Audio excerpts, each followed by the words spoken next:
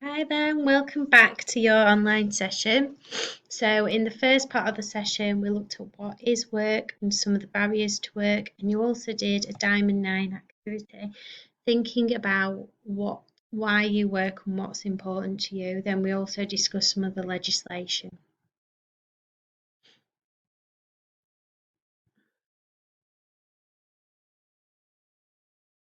Sorry, just a sec. So, some of the obstacles to work. So, what I want you to do now is again, you should be getting into the habit of this: is pause the screencast, open up your PowerPoint, copy of PowerPoint slides, click here. That should take you to a Google document. And then I want you to write there what could be some of the potential obstacles to people going back to work. So, if you want to pause this and do that. So, what I want to introduce you now, and thinking about some of the potential obstacles, is some of these obstacles might be biological, so they might be related to actual health conditions. So, some of the obstacles might be pain, might be fatigue. Um, some of the psychological barriers could be around individuals' attitudes and beliefs, negative perception of themselves, low self esteem, low confidence, low mood, anxiety. Some of the social barriers could be the wider physical and social environment. So it might be stuff around social isolation, some of the stigmas attached as well. So you can link the obstacles to the biopsychosocial model. I'm going to introduce a case study now called A Tale of Two Brickies. So I want you to watch this screencast here by clicking there and think about the biopsychosocial approach. So when you're listening to The Tale of Two Brickies, think about what the biological factors, psychological and social factors going on for these two individuals. There is a bit at the start where I say about pre-reading to a session with me and Annette. Just ignore that. That isn't relevant to you. Just focus on the case study. So come out of this screencast, get your PowerPoint up, click there, and that'll take you to a screencast around and a case study called A Tale of the Two Brickies.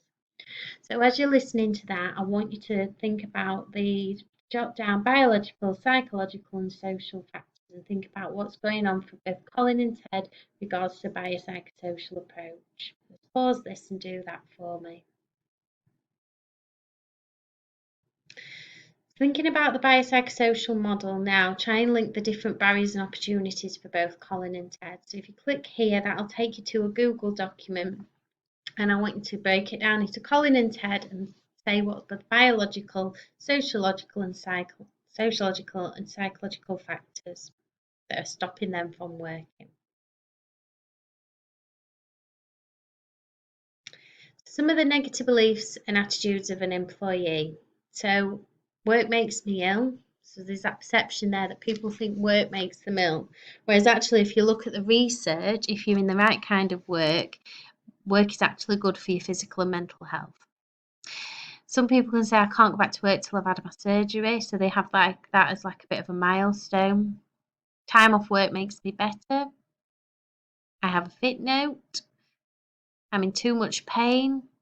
I shouldn't work. Work will make my pain worse where we know actually work would help with the pain. Going back to work too early will make me ill. So these are the negative beliefs and attitudes of the employer. So they were the employee, this is the employer. Joe has a fit note so he can't come back, which isn't true because they could have a phased return or a graded return. Sue hasn't completed a treatment yet, so they think they can't go back to work until the treatment's completed, whereas actually part of the treatment and recovery plan should be work, vocational rehabilitation. They worry, risk aversion, so what if John has an accident and then they're worried about kind of the blame culture and things. Masood thinks work makes him ill. My insurance will be affected. I don't have to make any work changes for them. It's too difficult to change size, hours and duties. So fit notes and fit for work initiatives. So the introduction of the fit note rather than the sick note. Real difference change in language. So rather than sick note, fit note. So what's good, what's healthy, what things can we work towards? Also changing the language using capacity benefits now employment support allowance. So it's a change in attitudes towards health and work. and it explores what an employee can do despite the disability or sickness. So to focus on what they can do rather than what they can't do. Builds on the GP patient employee relationship and promote proactive positive action.